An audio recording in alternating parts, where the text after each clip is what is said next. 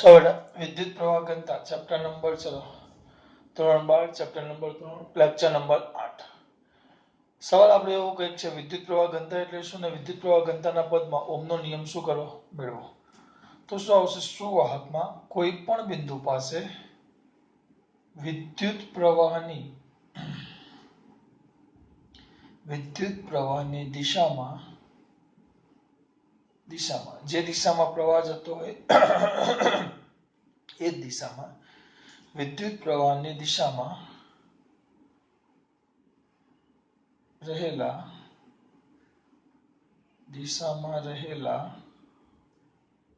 કેવા એકમ આડ છેદમાંથી અથવા એકમ ક્ષેત્રફળમાંથી એકમ આડ છેદમાંથી પસાર થતા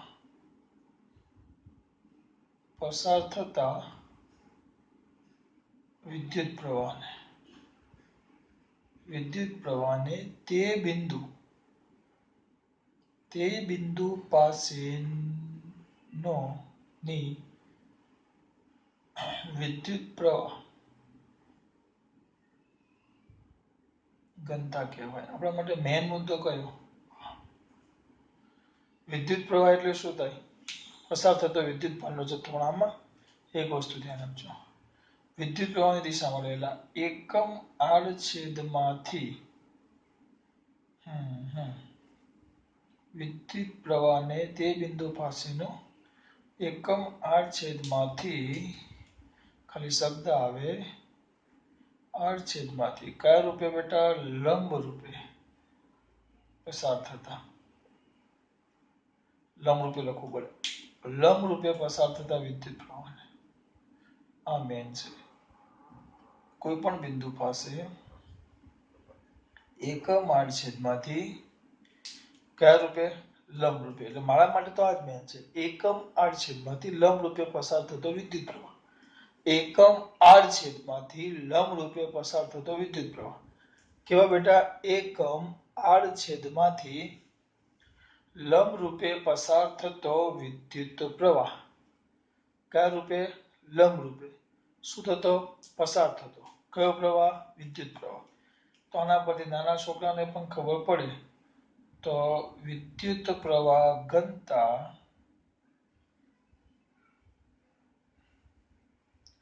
બરાબર વિદ્યુત પ્રવાહ છેદમાં પસાર થતો વિદ્યુત પ્રવાહ છેદમાં આડછેદ અથવા ક્ષેત્રફળ. તો વિદ્યુત પ્રવાહ ઘનતાને દર્શાવાય J વડે, પ્રવાહને દર્શાવાય I વડે અને ક્ષેત્રફળને દર્શાવાય આડછેદનું ક્ષેત્રફળ. J is equal to I by A. આ તમારું સમીકરણ નંબર 1 થઈ ગયું. આ યાદ રાખવાનું ગમે ત્યારે પૂછ્યું. J is equal to I by A. વિદ્યુત પ્રવાહ છેદમાં આડછેદનું ક્ષેત્રફળ. કારણ કે એકમ આડછેદમાંથી લંબ રૂપે પસાર થતો વિદ્યુત પ્રવાહ. એકમ આડછેદમાંથી લંબ રૂપે પસાર થતો વિદ્યુત પ્રવાહ. જૂની ચોપડીમાં એવો શબ્દ હતો. એકમ આડછેદમાંથી લંબ રૂપે એકમ સમયમાં પસાર થતો વિદ્યુત ભારનો જથ્થો. પાછળનું પદ જે બોલ્યો એકમ આડછેદમાંથી લંબ રૂપે એકમ સમયમાં પસાર થતો વિદ્યુત ભારનો જથ્થો. એકમ સમયમાં પસાર થતો વિદ્યુત ભારનો જથ્થો એટલે વિદ્યુત પ્રવાહ થઈ ગયો. એટલે વસ્તુ તો એ જ થઈ. તો વિદ્યુત પ્રવાહ ઘનતા બરાબર વિદ્યુત પ્રવાહ છેદમાં આડછેદનું ક્ષેત્રફળ. તો J is equal to તો I by A. J is equal to તો I by A. તો આનો એકમ નાના છોકરાને પણ આવડે, પણ આપણે થોડાક મોટા થઈ ગયા છીએ. એકમ થશે એમ્પિયર પર મીટર સ્ક્વેર. એકમ થશે A. I નો વિદ્યુત પ્રવાહનો એકમ થાય એમ્પિયર અને A એટલે ક્ષેત્રફળ. ક્ષેત્રફળનો એકમ થશે મીટર સ્ક્વેર. તરત મારા દીકરાઓને પારિમાણિક સૂત્ર લખવાની ઈચ્છા થાય. પારિમાણિક સૂત્ર m0 l -2 t1 e1. I નું કયું સૂત્ર? કેમ t1 e1 લખ્યું? સોરી, t0 m મીટરનો વર્ગ છે એટલે l2 પણ છેદમાં છે એટલે -2. સમય છે ને એ એમ્પિયર એકવાર એટલે e1. I નું પારિમાણિક સૂત્ર. એટલે મેં કોની વાત કરી? એનું એકમ, એનું પારિમાણિક સૂત્ર. કઈ રાશિ છે? સદિશ રાશિ. J is equal to I by A. કઈ રાશિ છે બેટા? સદિશ રાશિ.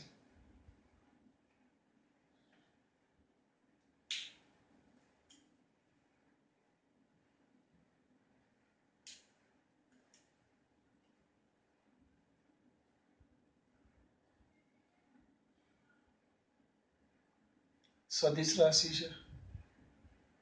દિશા વિદ્યુત પ્રવાહની દિશામાં. અને આ જે છે ને એ સ્થૂળ નહીં, સૂક્ષ્મ રાશિ છે. કેવી? સૂક્ષ્મ રાશિ. જ્યાં યાદ કરો વિદ્યુત પ્રવાહની મેં સ્થૂળ રાશિ કીધી, સ્થૂળ એટલે નાની.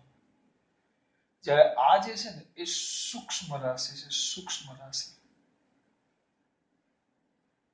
એટલે કે બહુ નાના નાના નાના સૂક્ષ્મ લેવલનું કામ છે. સૂક્ષ્મ એકદમ નાના લેવલે આટલી વસ્તુ થઈ ગઈ. વિદ્યુત પ્રવાહ ઘનતા. ઘનતાના પદમાં ઓમનો નિયમ જોવાનો છે. હવે વિચારો એક એલ લંબાઈનો એક વાહક તાર છે. સુવાહક છે. લંબાઈ કેટલો છે બેટા? એલ. એલ લંબાઈનો સુવાહક છે. એમાં લાગુ પડેલ વિદ્યુત ક્ષેત્ર ઈ છે. વિદ્યુત ક્ષેત્ર ઈ માં એક એલ લંબાઈનો કયો છે બેટા? સુવાહક છે. કેટલા લંબાઈનો સુવાહક છે? એલ લંબાઈનો. તો વિદ્યુત ક્ષેત્રમાં તમે મૂકો તો સ્વાભાવિક વસ્તુ છે વિદ્યુત બળ શું કરશે? ગતિ કરશે. સામું જોઈ પાછળ. એલ લંબાઈનો સુવાહક છે મૂકો તો સ્વાભાવિક વસ્તુ છે વિદ્યુત બળ ગતિ કરે તો ધન વીજભાર આ બાજુ જાય, વિદ્યુત ક્ષેત્રની દિશામાં ઋણ વીજભાર આ બાજુ આવે. એટલે બંને વચ્ચે કઈક વિદ્યુત સ્થિતિમાનનો આ વિદ્યુત ક્ષેત્ર ઈ છે. તો આ બંને વચ્ચે, બંને છેડા વચ્ચે વી જેટલો વિદ્યુત સ્થિતિમાનનો શું ઉત્પન્ન થાય છે? તફાવત. તો શું લખીએ? ધારો કે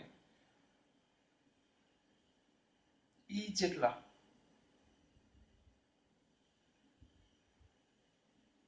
વિદ્યુત ક્ષેત્રમાં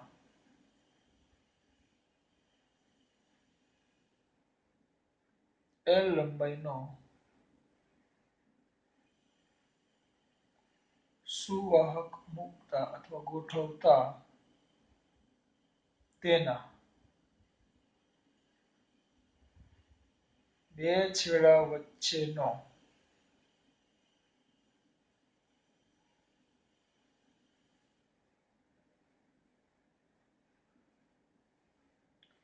ધારો કે ઈ જેટલા વિદ્યુત ક્ષેત્રમાં એલ લંબાઈનો સુવાહક ગોઠવતા તેના બે છેડા વચ્ચેનો વિદ્યુત સ્થિતિમાનનો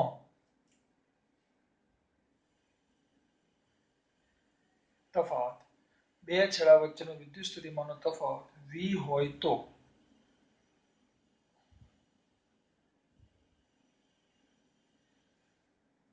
આપણે ભણી ગયા વી ઇઝ ઇક્વલ ટુ ઈએલ.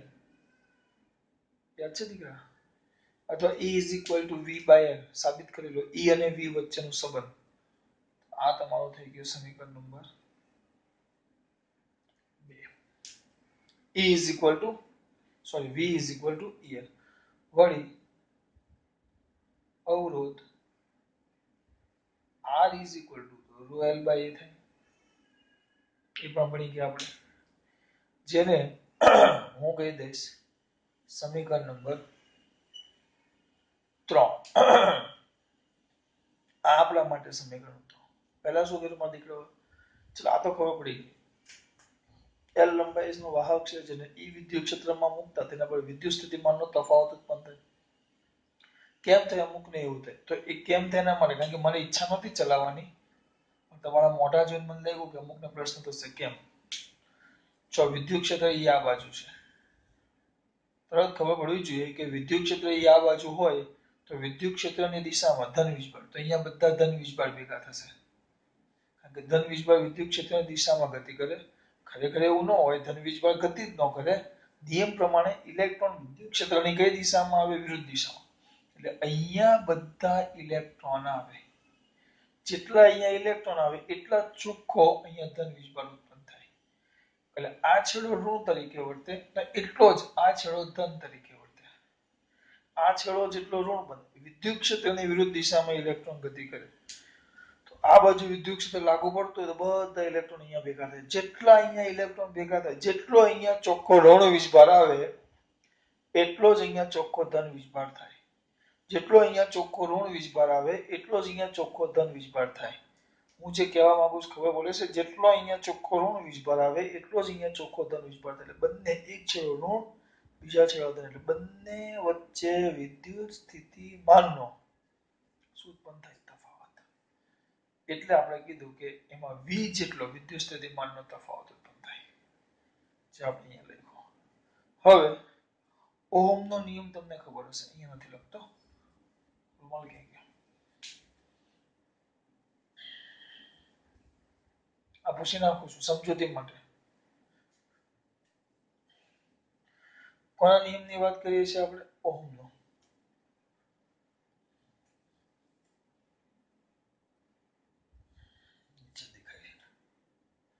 કયો નિયમ બેટા? ઓહમ. શું આવવાનું દીકરા ઓહમનો નિયમ? તરતમાં બોલ્યા છે ઓહમનો નિયમ. V is equal to IR. V is equal to IR. V is equal to IR. હવે આ બંને કિંમત આની અંદર મૂકતા સમીકરણ 2 અને 3 ની કિંમત મૂકતા જો મૂકો V is equal to IR તો V is equal to EL is equal to V is equal to ભૂલ ગઈ છે ના બરાબર. પછી આ બાજુ I બરાબર I પછી R તો આની કિંમત રો L બાય જે ઉડતે ને ઉડાડો. LL ગયા તો E બરાબર ELL ગયા E is equal to I by A into rho I by A into rho. પરંતુ આપણે ભણી ગયા કે I by A એને તો આપણે વિદ્યુત પ્રવાહ ઘનતા જે કહીએ છીએ તો E is equal to J rho આપણું સૂત્ર આવી ગયું. E is equal to 0 રોઝી E રોઝી હું એમ યાદ રાખું E રોઝી સમીકરણ નંબર 4. પરંતુ કદાચ મારા દીકરાઓને યાદ હોય પરંતુ rho is equal to 1 upon sigma rho is equal to the 1 upon sigma જ્યાં રો બરાબર અવરોધકતા અને સિગ્મા બરાબર વાહકતા. માટે સમીકરણ 4 માં કિંમત મૂકો. ચલો સમીકરણ ક્યાં કિંમત મૂકું? 4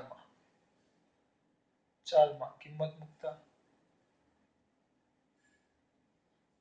મૂકો કિંમત. ચલો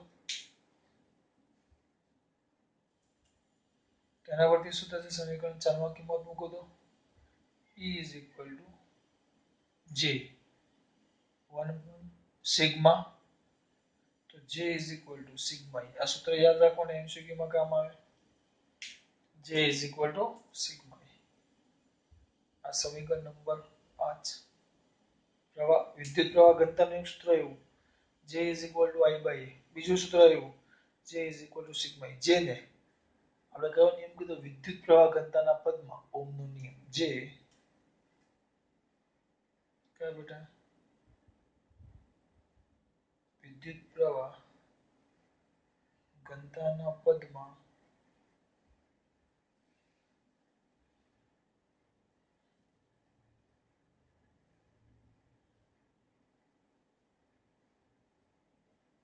ઓહમનો નિયમ. ચાલો ભાઈ આ થઈ ગયું તમારો વિદ્યુત પ્રવાહ ઘનતા એટલે શું અને વિદ્યુત પ્રવાહના ઘનતાના પદમાં કયો નિયમ આવી ગયો? ઓહમનો. ભાઈ આમાં ખબર પડી બેટા? આ તમારી વસ્તુ થઈ. ચલો પાછું એકવાર વિદ્યુત પ્રવાહ ઘનતા બહુ સિમ્પલ. સુવાહકમાં કોઈ પણ સુવાહક હોય સુવાહક તેના કોઈ પણ બિંદુ આગળ એકમ આડછેદ વિદ્યુત પ્રવાહની દિશામાં એકમ આડછેદમાંથી પસાર થતા વિદ્યુત પ્રવાહને વિદ્યુત પ્રવાહ ઘનતા કહેવાય. એકમ આર છેદમાંથી પસાર થતો વિદ્યુત પ્રવાહ એકમ આર છેદમાંથી પસાર થતો વિદ્યુત પ્રવાહ તો J is equal to I by I ampere એ મીટર સ્ક્વેર એટલે એમ્પિયર પર મીટર સ્ક્વેર. આ વાત તો મને ગઈ પછી કઈ દે એકમ એમ્પિયર એટલે પાડી મને તો m0 l નીચે છે l -2 કારણ કે મીટર સ્ક્વેર છેદમાં છે એટલે l -2 t કાંઈ જ નથી a1 નોંધી આવી ગયા. સદિશ રાશિ છે દિશા પ્રવાહની દિશામાં હોય અને સૂક્ષ્મ રાશિ છે. વિદ્યુત પ્રવાહ અને વિદ્યુત પ્રવાહ ઘનતાનો તફાવત આવે તો પહેલા બેની વ્યાખ્યા લખવાના બેના સૂત્રો લખવાના I બરાબર q by t અને I બરાબર J is equal to I by a. સદિશ રાશિ અદિશ રાશિ બરાબર. આ સૂક્ષ્મ પ્રવાહ ઘનતા જ્યારે આ સ્થૂળ રાશિ પ્રવાહ એ સ્થૂળ મોટી રાશિ છે તફાવતમાં. પછી કઈ નહીં એક સુવાહક છે જે ઈ વિદ્યુત ક્ષેત્રમાં મૂકેલો છે જેની લંબાઈ L છે તો એમાં વિદ્યુત સ્થિતિમાન V ઉત્પન્ન થાય છે તો V is equal to EL અને R is equal to rho L by અવરોધ તો V is equal to અહીંયા EL અહીંના I R ના જગ્યાએ rho L by બંને બાજુથી L ચાલ્યો જાય તો E is equal to I rho by A I by E એ તો J થઈ જાય J તો અહીંયા શું હતું E બરાબર રોઝી E રોઝી અથવા જો 0 વાત કરી પણ આ તો આ વાત થઈ ગઈ કિંમત મૂકી તો J is equal to sigma E જે વિદ્યુત પ્રવાહના ઘનતાના પદમાં કયો નિયમ થઈ ગયો ઓહમનો નિયમ. આ તમારી એક થિયરી. પછી એક બીજી થિયરી આપેલી છે આ J નું એક સૂત્ર એવું J નું વિદ્યુત પ્રવાહ ઘનતાનું એક સૂત્ર એવું J is equal to sigma E પહેલું સૂત્ર હતું J is equal to IA અને J is equal to sigma E. કોઈ વાર જો ઓહમ બોલું ઓહમનો નિયમ તો R is equal to V by I is equal to rho L by આ બે યાદ આવવા જોઈએ. હું પછી પ્રવાહ ઘનતા બોલું તો ત્રણ સૂત્ર આવશે J is equal to sigma E એટલે J is equal to I by A J is equal to sigma E અને ત્રીજું J is equal to NEVD જીવનની નાવડી એ નાવડી આપણે જોઈએ એ મેળવવાનું છે આપણે થિયરીમાં તો આને પૂછી નાખીએ.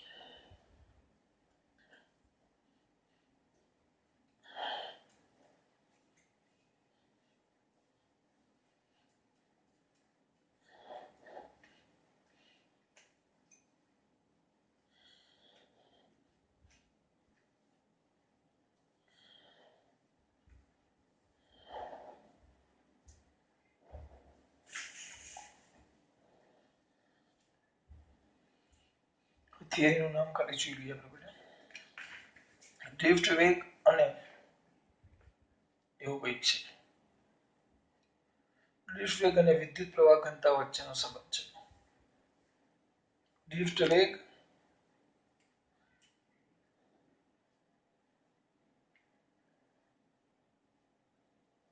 અને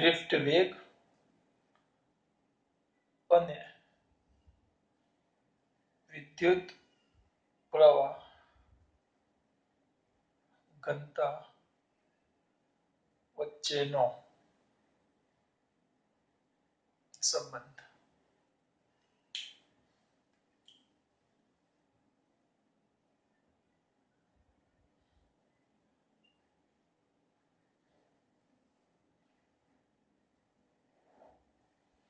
ડ્રિફ્ટ વેગ અને વિદ્યુત પ્રવાહ ઘનતા વચ્ચેનો શું જોવાનું છે આપણે સંબંધ. કોઈમાં ઉપયોગ કહેશે શું આવશે સર તમારો ઓકે ચલો પહેલા જોઈ લઈએ એક સુવાહક છે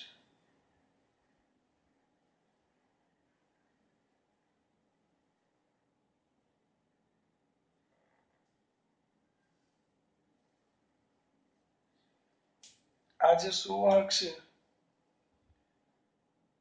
આ જેનું આડછેદ છે જેનું ક્ષેત્રફળ A છે આ સુવાહકને ઈ વિદ્યુત ક્ષેત્રમાં મૂકેલો છે કેટલા ઈ સુવાહકને કયા વિદ્યુત ક્ષેત્રમાં મૂકેલો છે ઈ તો આકૃતિમાં દર્શાવ્યા અનુસાર એ આડછેદ વાળા સુવાહકને ઈ વિદ્યુત ક્ષેત્રમાં મૂકી સ્વાભાવિક વસ્તુ છે ઈ વિદ્યુત ક્ષેત્રમાં મૂકું છું કેટલા ઈ હમણાં જ મેં તમને આગળ વાત કરી કોઈ પણ સુવાહકને વિદ્યુત ક્ષેત્રમાં મૂકો તો જે બાજુ દાખલા તરીકે આ બાજુ વિદ્યુત ક્ષેત્ર હોય તો બધા ઇલેક્ટ્રોન વિદ્યુત ક્ષેત્રની કઈ દિશામાં ગતિ કરે વિરુદ્ધ દિશામાં તો બધા આમ જાય આમ ગતિ કરે બધા તો આપણે એક કામ કરીએ,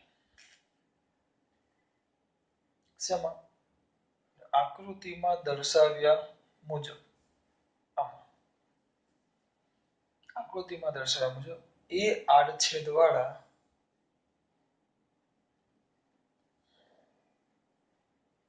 સુવાહકને, કેટલો આડછેદ કીધો છે? એ. તો એ આડછેદ વાળા સુવાહકને, એ આડછેદ વાળા સુવાહકને ઈ જેટલા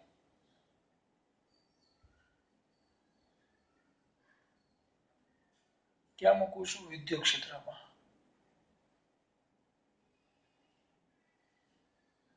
મૂકવામાં આવે છે. ચલો આની અંદર મૂકો. મેન આ શરૂઆતના ખાલી બે મુદ્દા છે, આની અંદર મૂકો. હવે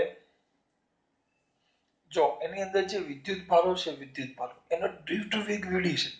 ડ્રિફ્ટ વેગ તો આપણે ભણી ગયા, આખી ડ્રિફ્ટ વેગ ભણી ગયા. ટૂંકમાં વિદ્યુત ક્ષેત્રને કારણે થોડોક આમ ઘસડાય, ખબર છે કે નહીં? થોડા આગળના ભાગમાં યાદ કરો.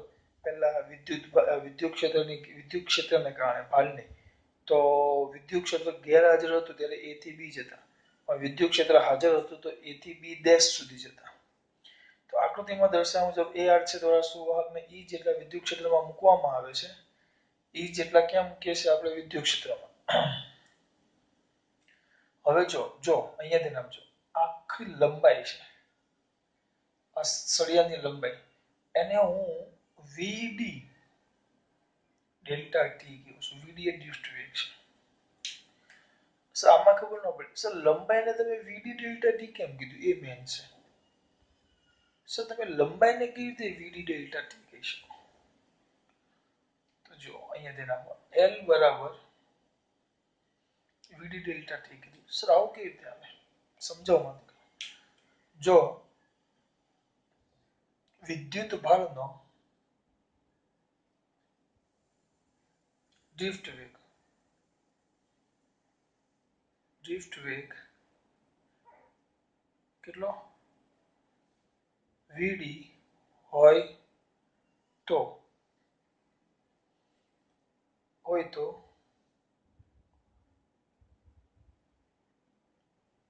એલ બરાબર વીડી ડેલ્ટા ટી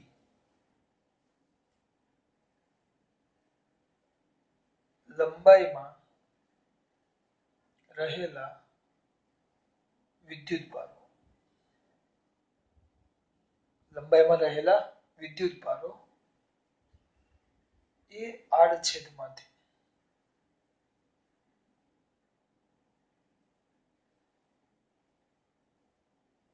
પસાર થાય છે એ આડછેદમાંથી, તો આપણે ધારીએ, જો પેલા બે મુદ્દા જ છે મારે. એ આડછેદમાં સુવાહક ઈ જેટલા વિદ્યુત ક્ષેત્રમાં મૂકવામાં આવે તો જેવું મૂકશું તો ભણી ગયા. વિદ્યુત ક્ષેત્ર આ બાજુ છે તો બધા ઇલેક્ટ્રોન આ બાજુ ગતિ કરે, પણ આપણે તો હંમેશા ધન વીજભારને ગતિ કરતા જ લીધા છે. આપણે તો ઓલવેઝ કયા વીજભારને ગતિ કરતા લઈએ? ધન વીજભાર. તો હું જો ધન વીજભારને ગતિ કરતો લેવ તો સ્વાભાવિક વસ્તુમાં દીકરાઓને ખબર છે ધન વીજભાર કઈ બાજુ ગતિ કરે? આ બાજુ. તો વિદ્યુત ક્ષેત્રની દિશામાં ગતિ કરે. તો આ બાજુ જે આડછેદ છે એ બધા આડછેદમાંથી પસાર થાય. તો જો વિદ્યુતભારનો ડ્રિફ્ટ વેગ વીડી હોય તો એલ બરાબર વીડી ડેલ્ટા ટી, એટલે આટલા ભાગમાં. સર આને લંબાઈ કેમ કીધી? એનું રીઝન છે. ચલો, ઝડપ બરાબર શું આવે? અહીંયા સાઈડમાં લખું. ચલો, ઝડપ બરાબર શું આવે દીકરા? તરત બોલશે. ઝડપ બરાબર, બોલો ઝડપથી. ઝડપ બરાબર અંતરના છેદમાં સમય. અહીંયા લખી નાખો, તમારી બાજુમાં નોટમાં લખી નાખજો. ઝડપ બરાબર અંતરના છેદમાં સમય. ઝડપ વીડી, અંતર એલ, સમય ડેલ્ટા ટી. તો l is equal to delta t v d. આવી ગયું? એટલે અહીંયા ડાયરેક્ટ લખી નાખ્યું છે એલ બરાબર વીડી ડેલ્ટા ટી. તમારે ડાયરેક્ટ જ લખી નાખવાનું છે, કારણ કે એમ લખવા જશો તો થિયરી બહુ મોટી થઈ જાય. તો જો વિદ્યુત ભારનો ડ્રિફ્ટ વેગ વીડી હોય તો એલ એટલે આટલા આખા ભાગની એલ. વીડી ડેલ્ટા ટી લંબાઈમાં રહેલા વિદ્યુત ભારો એ આડછેદમાંથી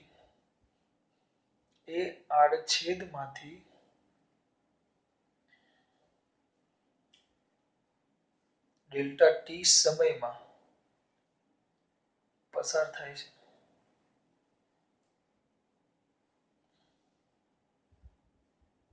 એટલે કે આખો ભાગ લઈ લો. આ જે સુવાહક છે એટલે કે સુવાહકમાં રહેલા આની અંદર જેટલા પણ વીજભારો હશે બધા વીજભારો આપણે એવું ધાર લીધું છે આટલા ભાગમાં રહેલા બધા જ વીજભારો આડછેદમાંથી પસાર થાય તો આનું કદ કેટલું એટલે કે V બરાબર AL એટલે કે A અને L એટલે VD ડેલ્ટા T કદમાં આ કદ યાદ રાખજો આ કદ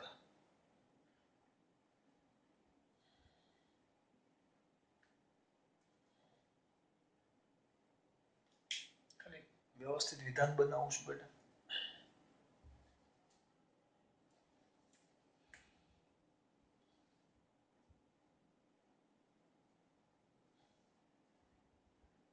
સુવાહકના કદ V is equal to AL V એટલે A અને L એટલે VD ડેલ્ટા T કઈ નથી કર્યું V is equal to L ની કિંમત મૂકી અને કહેશું સમીકરણ નંબર 2 આ આપણું તમારે લખવું હોય તો આ સમીકરણ નંબર 1 A VD અનેક કામ કરે સમીકરણ આને નથી આપતા કારણ કે વચ્ચે છે ને વિધાન ડી અને આપી દઉં સમીકરણ નંબર 1 સુવાહકનું કદ આટલા બરાબર આ બધા જ આમાંથી પસાર થાય છે તો સુવાહક કદ V બરાબર L તો A બરાબર VD ડેલ્ટા T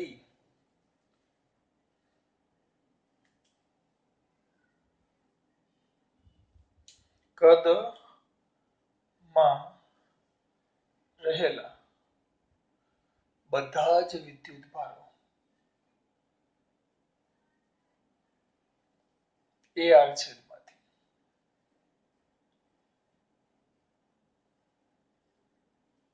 પસાર થાય છે આ બધા આમાંથી પસાર થાય છે હવે આપણે ધારો કે એવું ધારી લઈએ ધારો કે એકમ કદ દીઠ કેટલા એકમ કદ દીઠ રહેલા એકમ કદ દીઠ રહેલા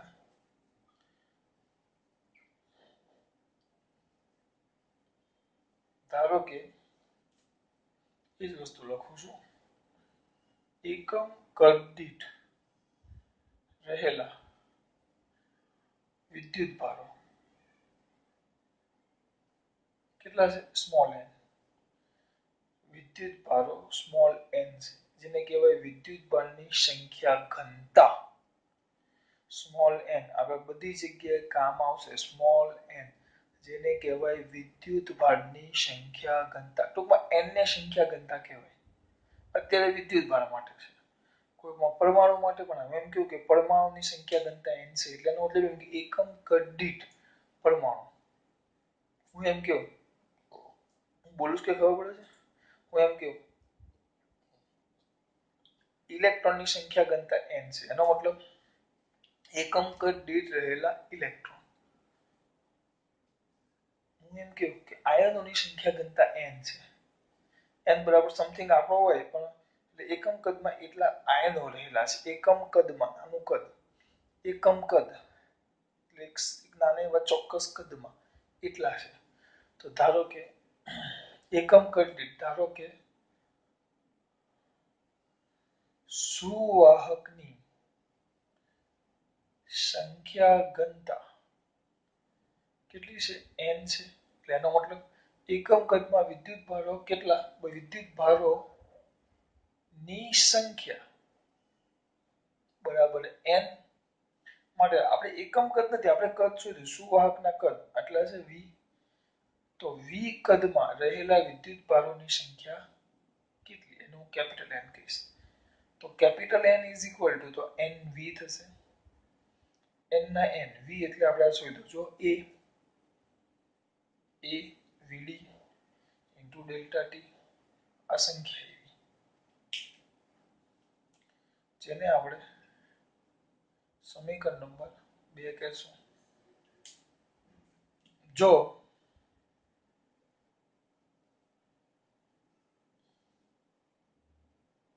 વિદ્યુત ભારનો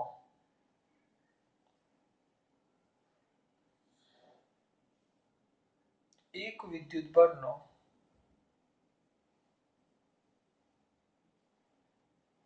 વિદ્યુત ભાર અથવા એક વિદ્યુત ભારનો વીજભાર બે એક જ વસ્તુ થાય બરાબર ક્યુ માટે તો આપણે કેટલા n વિદ્યુત ભારોનો વીજભાર કેટલો એનો ક્યુ કેપિટલ ક્યુ કહી દઉં તો ક્યુ ઇઝ ઇક્વલ ટુ તો શું થશે બેટા n ક્યુ એકનો વીજભાર કેટલો ક્યુ એક વિદ્યુત ભારનો વીજભાર એક વિદ્યુત ભારનો વિદ્યુતભાર વિદ્યુતભાર એટલે એક જે વીજભાર છે એનો વીજભાર કેટલો છે એના પરનો વીજભારનું મૂલ્ય ક્યુ તો n વિદ્યુતભારના વીજભારનું મૂલ્ય કેટલું થાય કેપિટલ ક્યુ જે શોધવાનું તો ક્યુ બરાબર n ક્યુ તો n ની કિંમત તમારી પાસે છે n a vd delta t into q દાખલા ગણું છું નાના દાખલા અંદર આખું અલગ રીતે આપ્યું છે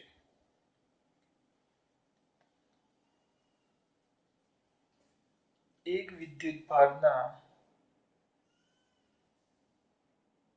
વીજભારનું મૂલ્ય બરાબર ક્યુ તો n વિદ્યુત ભારના વીજભારનું મૂલ્ય એને આપણે કેપિટલ ક્યુ કહી દઈએ તો ક્યુ ઇઝ ઇક્વલ ટુ n ક્યુ એકનું ક્યુ સ્મોલ ક્યુ તો n નું કેટલું કેપિટલ ક્યુ તો એ બેનો ગુણાકાર થાય તો n એ vd ડેલ્ટા ક્યુ n ની કિંમત ઉપરથી લખી આ ક્યુ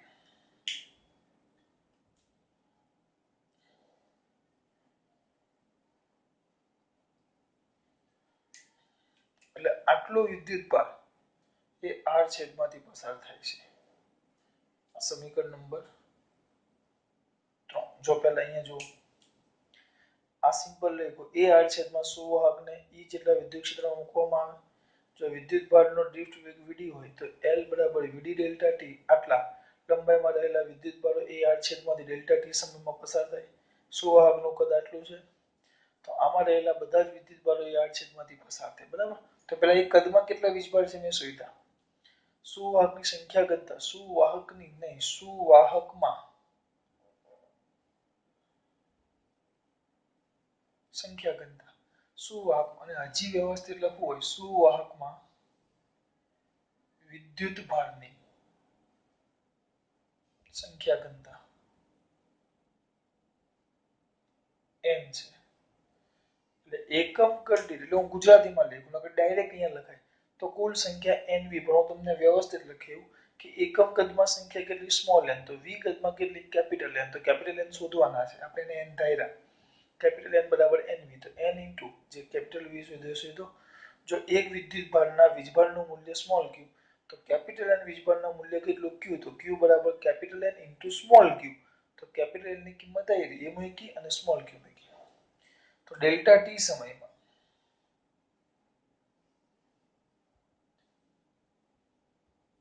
એ આડછેદમાંથી પસાર થતો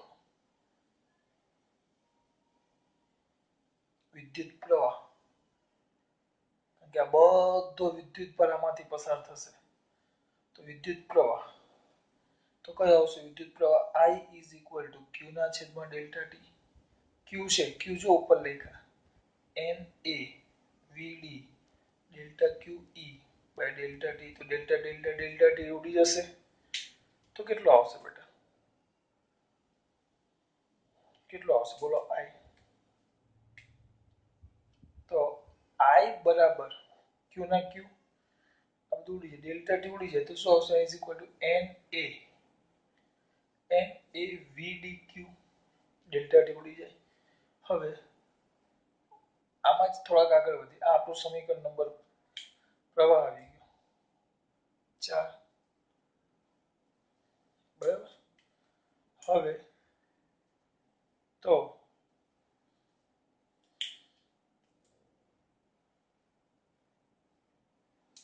આપણે શું શોધવાનું છે? વિદ્યુત પ્રવાહ ઘનતા. તો વિદ્યુત પ્રવાહ ઘનતા G is equal to તો I by A, તો A ભાગી નાખવાનો, તો N Q VD. G is equal to મેં Q સ્વરૂપમાં સમીકરણ મેળવેલું છે, બરાબર. હવે જો ઇલેક્ટ્રોન કે પ્રોટોન હોય એના પરનો વીજભાર E હોય, જો ઇલેક્ટ્રોન કે પ્રોટોન હોય તો એના પરનો વીજભાર શું હોય? E. એના પરનો વીજભાર શું હોય? E. ચલો પેલા આટલામાં ખબર પડી.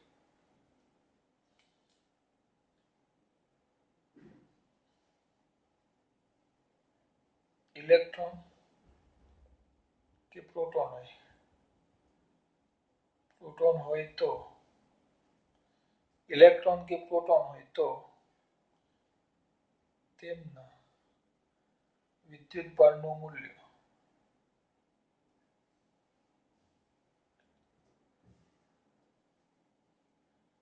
Q બરાબર E લેતા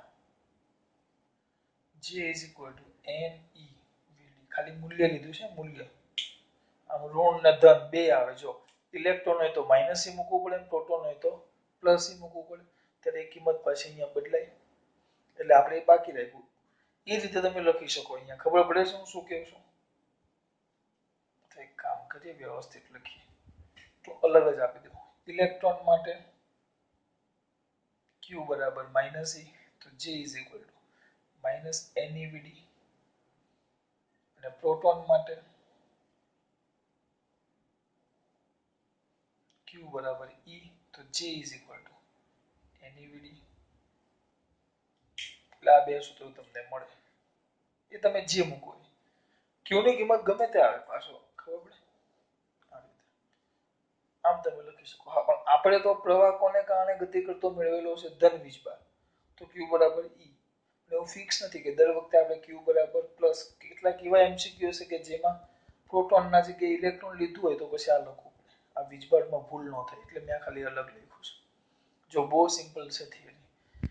થોડીક મેં વધારે લાંબી કરી છે ચોપડી કરતા, પણ તમને ઇઝીલી ખબર પડે. ચોપડીમાં નહીં, જો પહેલા એક સુવાહક છે જેનો આડછેદનું ક્ષેત્રફળ A છે અને વિદ્યુત ક્ષેત્ર E માં મૂકું છું, એટલે પહેલો વાત પતી ગઈ અહીંયા સુધી. હવે વિદ્યુત ક્ષેત્રમાં મૂકો તો ઇલેક્ટ્રોન આ બાજુ ગતિ કરશે, આપણે ધન વીજભાર લીધો છે તો આ બાજુ ગતિ કરશે, એટલે સીધું તમે ધન વીજભાર લો એટલે પ્રોટોન આવે, તો Q બરાબર E, તો J is equal to NeVD. જીવનની નાવડી, નેવડી, નેવડી, બરાબર. નેવડી અથવા નેવી, નવી, નવી કરી નાખો, નવી, જે લખવું એ લખાય. આ લખવું હોય તો I is equal to, આના કરતા હું આમ રાખું, જીવનની નાવડી, નેવડી, જીવનની નાવડી. ત્રણ સૂત્રો થયા. J is equal to I by A, J is equal to બીજું કયું? સિગ્મા આજે જ મેળવેલું. ત્રીજું એવું J is equal to NeVD, નેવડી. હા, E પ્રોટોન માટે લઈએ છીએ આપણે, પ્રોટોન માટે. ચલો પાછું, તો પહેલા અહીંયા સુધી આવી ગયા. તો આ L લંબાઈ એટલે યાદ રાખવાનું, મેં તમને સમજાવેલું. L બરાબર VD ડેલ્ટા T સમયમાં રહેલા બધા જ વિદ્યુતભારો એ આડછેદમાંથી પસાર થાય છે.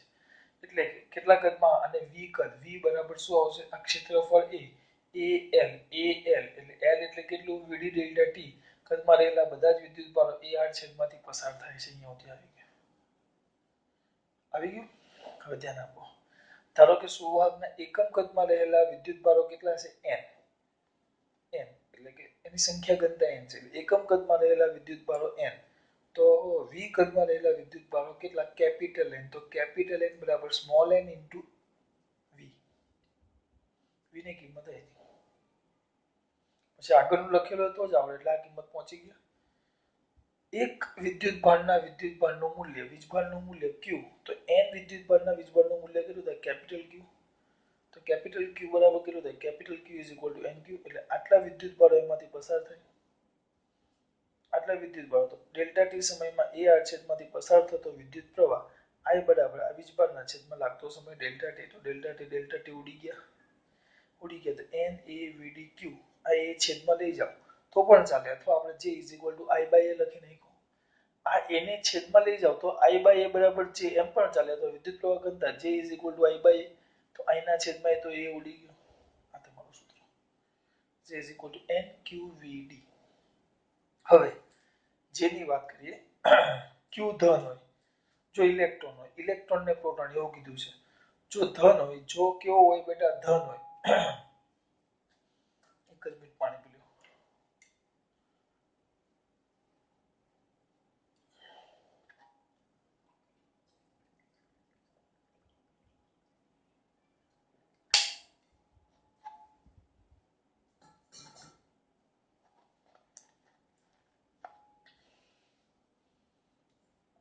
આ બધું અદિશ સ્વરૂપે મેળવવું. હવે આપણે સદિશમાં મેળવવું હોય, જો Q ધન, Q કેવું લઈએ ધન, Q ધન હોય તો J અને VD બંને એક જ દિશામાં. જો Q ઋણ હોય તો J એટલે કે પ્રવાહ ઘનતા અને VD બંને વિરુદ્ધ દિશામાં.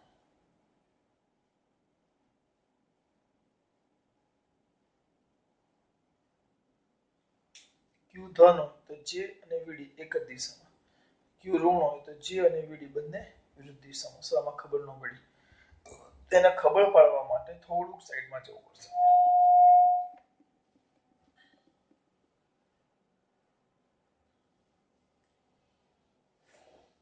આ કેવી રીતે? આ કેવી રીતે Q ધન હોય તો ચલો અહીંયા ધ્યાન આપો. આ વાહકતા બરાબર. ધન વીજભારની ગતિની વાત કરીએ, ધન વીજભાર તો ધન વીજભાર આ બાજુ ગતિ કરે છે, આ બાજુ ધન વીજભાર ગતિ કરે, તો ધન વીજભાર આ બાજુ ગતિ કરે. ધન વીજભારની ગતિ તો VD ધન વિદ્યુત ભારની ગતિ તો ધન વીજભાર આ બાજુ ગતિ કરે છે, તો VD આ બાજુ થયો, અને ધન વીજભાર આ બાજુ ગતિ કરે તો પ્રવાહ પણ આ બાજુ થયો, કારણ કે ધન વીજભારની ગતિની વાત કરીએ છીએ. બરાબર. તો ધન વીજભારની ગતિ VD આ બાજુ, પ્રવાહ આ બાજુ. પ્રવાહ હંમેશા ધન વીજભારની દિશામાં જ હોય. આ પ્રવાહ તો જે દિશામાં પ્રવાહ હોય એ જ દિશામાં પ્રવાહ ઘનતા, તો એ જ દિશામાં J, તો J અને VD બંને કઈ દિશામાં થયા? એક જ દિશામાં. પણ જો તમે ઋણ વીજભારના ગતિની વાત કરો, ઋણ વીજભાર, ચલો તો ઇલેક્ટ્રોન ગતિ કરે તો ઇલેક્ટ્રોન ગતિ આમ કરે, ઋણ વીજભારની ગતિ, ઋણ વિદ્યુતભારની ગતિ જોજો, તો ઋણ વીજભારની ગતિ આ બાજુ છે, તો ઋણ વીજભારની ગતિ આ બાજુ છે. જો તો જે બાજુ ગતિ એ બાજુ VD આ બાજુ આવ્યું, પણ ઋણ વીજભાર આવે. આપણે તો પ્રવાહ ક્યાં દર્શાવવાનો? હંમેશા ધન વીજભારની દિશામાં. ઇલેક્ટ્રોન એટલે પ્રવાહ આ બાજુ, તો J પણ આ બાજુ, તો J અને VD બંનેની દિશા પરસ્પર કેવી થઈ ગઈ? આ સમજવાનું છે. આ લખી નાખો એટલે પતિ ન ગયું. જો Q ધન તો J અને VD એક જ દિશામાં, જો Q ઋણ તો J અને VD બંને પરસ્પર વિરુદ્ધ દિશામાં. આમ ન હોય. આવું રીતનું વસ્તુ છે. જો ધન વીજભાર આ બાજુ ગતિ કરે, જે બાજુ ધન વીજભાર ગતિ કરે એ દિશામાં પ્રવાહ, એ દિશામાં J અને એ દિશામાં VD, બધું એક જ દિશામાં. ઋણ વીજભાર આ બાજુ ગતિ કરે, જે બાજુ ઋણ વીજભાર ગતિ કરે ને વિરુદ્ધ દિશામાં પ્રવાહ હોય, તો પ્રવાહ આ બાજુ, વેગ આ બાજુ, VD એટલે જે બાજુ ગતિ કરે ડિફ્ટ વેગ. આ બાજુ જે બાજુ વીજભાર ગતિ કરે તો આ બાજુ VD આવ્યું. પ્રવાહ ઋણ વીજભાર આ બાજુ, તો પ્રવાહ તો ધન વીજભાર તરફ હોય, તો પ્રવાહ આ બાજુ, તો બંને પરસ્પર એક જ દિશામાં, કારણ કે જ્યાં પ્રવાહ હોય ત્યાં જ વિદ્યુત પ્રવાહ ઘનતા હોય. આટલી વસ્તુમાં દીકરાઓ યાદ રાખવાનું. તમને ગમે ત્યારે હું વિદ્યુત પ્રવાહ ઘનતા બોલું તો વસ્તુ યાદ આવી જવા જોઈએ. G is equal to I by, મને લાઈનમાં જ યાદ આવે. J is equal to I by A, J is equal to sigma E. Sigma e આવે એટલે રો વાળું આપણને આવડી જ જાય, કારણ કે સિગ્માના જગ્યાએ 1 upon રો કરી દેવાનું. ત્રીજું J is equal to NEVD, NEVD અથવા NQVD. તમે NEVD લખશો તો પણ ચાલશે, કારણ કે આપણે ધન વીજભારની ગતિ ધ્યાનમાં લેશું. જીવનની નાવડી, જીવનની નેવડી. J is equal to I by A, J is equal to sigma E, J is equal to NEVD. નેવડી, NEVD. એની વીડી પાછું વીડી આમને લગતા પાછા બધા જગને આમ કરશે એન ઈ વી અને ડી પાછા સંખ્યા ઘનતા એન એટલે સંખ્યા ઘનતા યાદ રાખવાની ઈ વીજભાર ઈ લખો એટલે ફિક્સ જ છે 1.6 × 10⁻19 વીડી એટલે પાછા વેગ લખશે અને ડી એટલે પાછું અંતર લખશે એમ નહીં આ વીડી ડ્રિફ્ટ વેગનું વીડી ખબર પડે આ થઈ ગયું તમારું સૂત્ર વચ્ચેનો સંબંધ આવી ગયો બરાબર અને આ પાછળનું છે જે ધ્યાન રાખવાનું જ્યાં મેં સમજાવ્યું નોટમાં તમારે લખી નાખવાનું હવે પૂછી નાખું છું થોડુંક એક બીજું સૂત્ર મેળવેલું છે આગળ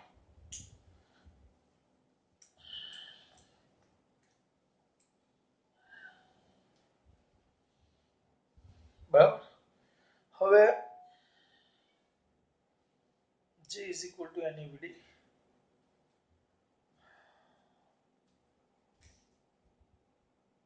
આટલું રાખશો કેટલો ટાઈમ થયો ને તો આના પરથી સૂત્ર છે આપણે છે ને એ પાછું સમજાવવું પડશે મારે રો વાળું સૂત્ર મેળવી લો વીડીનું સૂત્ર લિફ્ટ વેગનું સૂત્ર લખવાનું છે મેળવી જ લઈએ 5 મિનિટનું કામ છે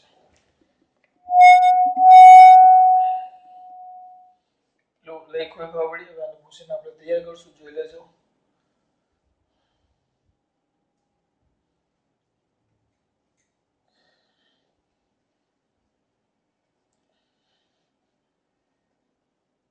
અવરોધકતાનું સૂત્ર આપણે જે પરથી મેળવવાનું છે સંખ્યા ઘનતાના સ્વરૂપમાં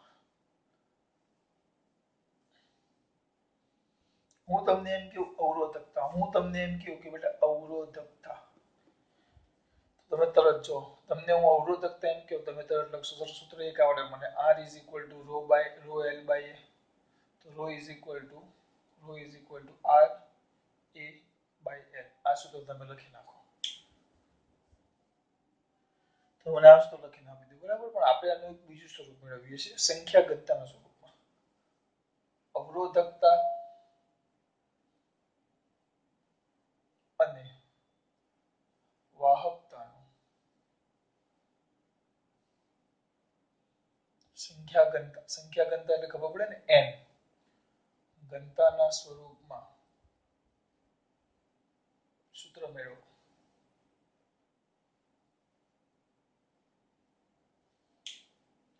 એના માટે બે સૂત્રો ભેગા કરવાના છે આપણે ચલો એના માટે કેટલા સૂત્રો ભેગા કરવાના છે બે પહેલું આપણે હમણાં જ ભણ્યા જે વાળું તો વિદ્યુત પ્રવાહ ઘનતા હમણાં નવું જ ભણ્યા J is equal to હા ધન વીજભારની ગતિ લઈએ છીએ તો n e vd જેને હું આને હું કહીશ સમીકરણ number 1 J is equal to NEVD જેને આપણે કહેશું સમીકરણ નંબર 1 જોજો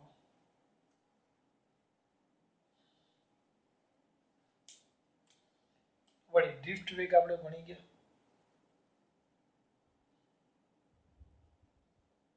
તો vd is equal to e by m into tau યાદ આવે છે મારા દીકરા આ ડાયરેક્ટ લખ્યું યાદ ન આવતો એના માટે ચલો વેગ vd બરાબર પ્રવેગ ગુણ્યા સમય ચલો a બરાબર v by t તો vd is equal to a v is equal to at પણ આપણે ડ્રિફ્ટ વેગ હતો એટલે vd is equal to a અને t ના જગ્યાએ tau પણ આ બાજુ f બરાબર ma f બરાબર તો qe તો qe બરાબર તો ma તો a is equal to qe by m m છેદમાં લઈ ગયો એટલે અહીંયા લખતા qe by m into tau આ સૂત્ર હતું q બરાબર આપણે ધન વીજભાર લીધો છે એટલે q બરાબર e એટલે આવે e m by tau આવી ગયો સર અમને આ યાદ નહીં બેટા, મને યાદ નહોતું, પણ હું જ્યારે લખતો હતો ને ત્યારે મેં આ બધી વસ્તુ મગજમાં યાદ કરી નાખી.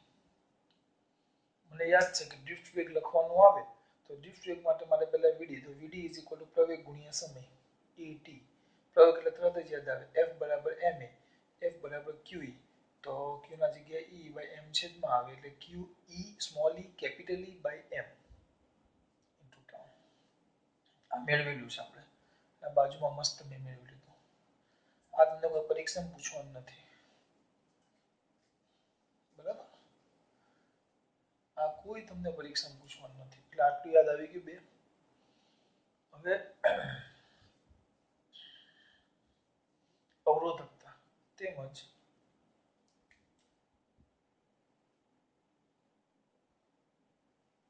વિદ્યુત પ્રવાહ ઘનતા. હમણાં સૂત્ર મેળવેલા એટલે હું આજે ચલાવું છું, ને કાલે ચલાવવાનો હતો. J is equal to sigma E, પરંતુ આપણે ભણી ગયા સિગ્મા ઇઝ ઇક્વલ ટુ તો 1 અપોન રો, તેના માટે J is equal to E by rho, જેને હું કહીશ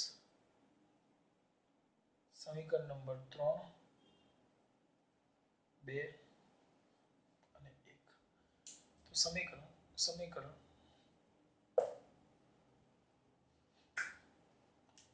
સમીકરણ કયા બેટા? 2 અને 3 ની કિંમત ક્યાં મૂકતા? 1 માં. સમીકરણ 2 અને 3 ની કિંમત સમીકરણ 1 માં મૂકતા, ચલો મૂકો.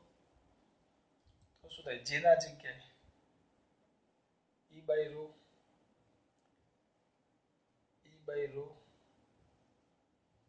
is equal to n e n e, જો જેના જગ્યાએ E by rho n e vd ના જગ્યાએ e e, આ vd ના જગ્યાએ e e m into tau, આ vd ની કિંમત મૂકી મેં, અને જે બરાબર E બાય રો. તો ધ્યાનથી જુઓ તો e ઉડી જશે. કોણ ઉડે? e આ બે ઉડી ગયા. તો શું થશે? 1 upon rho is equal to n e square tau by m. તો row is equal to m ના છેદમાં બોલો શું થાય? ઊંધું n e square tau. જવાબ આવી ગયો. હું જોતો જવાબ આવ્યો કે નહીં, સૂત્ર આવડે છે કે નહીં મને. સમીકરણ નંબર 4. અને આ તો અવરોધકતા આવી. જો વાહકતા કે તો વાહકતા sigma is equal to 1 upon rho is equal to n e square tau by m sigma.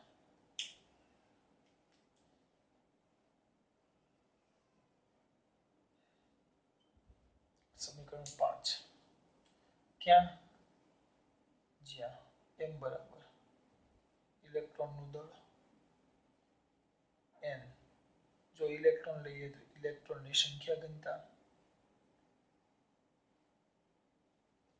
E, ઇલેક્ટ્રોનનો વીજભાર ટાઉ, રિલેક્સેશન સમય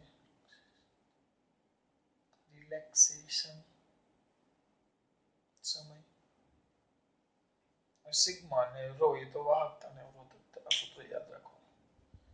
ઇલેક્ટ્રોનનું દળ આપણે, કારણ કે વિદ્યુત બળ કોને કારણે રચાય? ઇલેક્ટ્રોનને કારણે. અહીંયા લેશું ઇલેક્ટ્રોનનું દળ. કારણ કે લોકો હંમેશા સંખ્યા ઘનતા ઇલેક્ટ્રોનની જ આપે છે. એટલે ઇલેક્ટ્રોનનું દળ, ઇલેક્ટ્રોનની સંખ્યા ઘનતા, ઇલેક્ટ્રોનનો વીજભાર અને રિલેક્સેશન સમય. રિલેક્સેશન સમય એટલે બે ક્રમિક અથડામણો વચ્ચેના સમયગાળાનો સરેરાશ. યાદ છે તમને સમજાવેલું, ઘણી બધી અથડામણો થઈને એનો સરેરાશ. તો આ રો અને આ સિગ્મા બે વસ્તુ આવી ગઈ. કયા સ્વરૂપમાં? સંખ્યા ઘનતા સ્વરૂપમાં. હવે જુઓ સુવાહકની વાત કરીએ. સુવાહક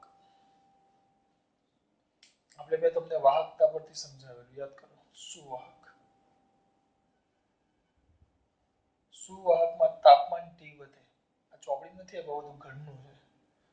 આના પરથી પણ આપણે વાત કરીએ. સુવાહકમાં તાપમાન વધે તાપમાન વધે તો ગતિ ઉર્જા વધે. યાદ કર્યું મેં તમને સમજાવ્યું, ગતિ ઉર્જા વધે. કયા સૂત્ર અનુસાર? 3/2 kBT. ગતિ ઉર્જા વધે તો દોલન વધે. દોલન વધે તો અથડામણ વધે. અથડામણ વધે. અથડામણ વધે એટલે ઇલેક્ટ્રોનની ગતિ અટકે. ગતિ અટકે એટલે અથડામણ વધે. અથડામણ શું થાય? વધે. અથડામણ વધે તો અથડામણ માટેનો સમયગાળો શું થાય? ઘટે. એટલે ટાઉ ઘટે. રિલેક્સેશન સમય ઘટે. ફટાફટ અથડામણ થાય તો ટાઉ શું થયો? ઘટે. ટાઉ ઘટે. રિલેક્સેશન સમય ઘટ્યો. ટાઉ ઘટે. ટાઉ ઘટે. રિલેક્સેશન સમય ઘટ્યો. રિલેક્સેશન સમય ઘટ્યો તો ટાઉ ઘટે.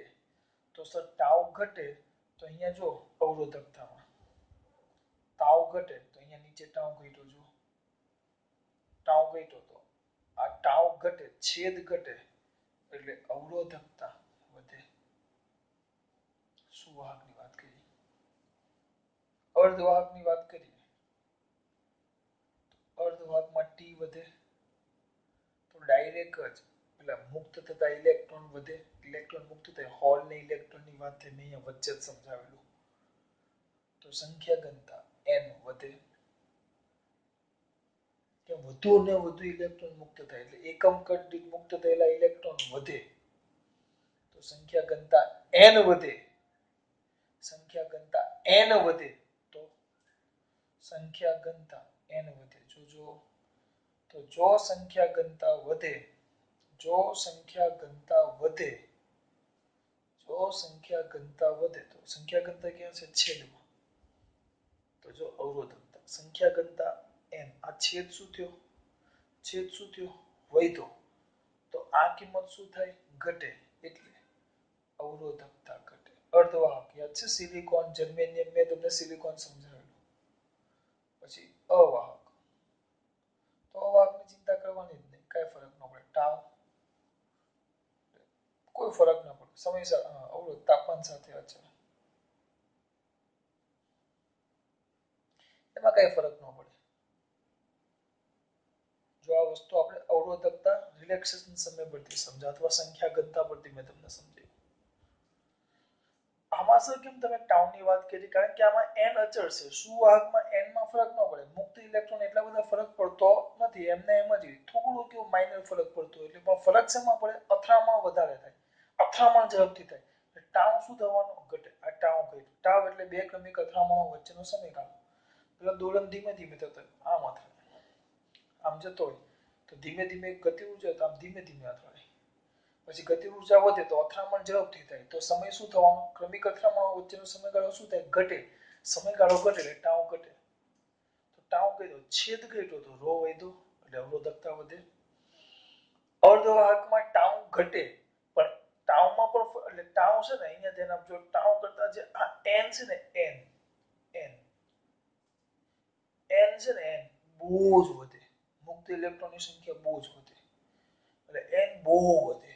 n એટલો બધો વધે એટલે n વધારે વધે એટલે રો શું થાય? ઘટે. છેદ વધે. છેદ વધે તો જવાબ શું થાય? ઘટે. પછી આ બાય તો એમને એમ જ રહે. એટલે એના પરથી મેં તમને સુવાહક ને અર્ધવાહકની વાત કરી. આપણે આગળ અલગ રીતે વાત કરી. આ એક આના પરથી વાત કરી. અંદર આઈપી છે એટલે મારે કરવી પડે. ખબર પડી? ખાસ વાત. જય શ્રી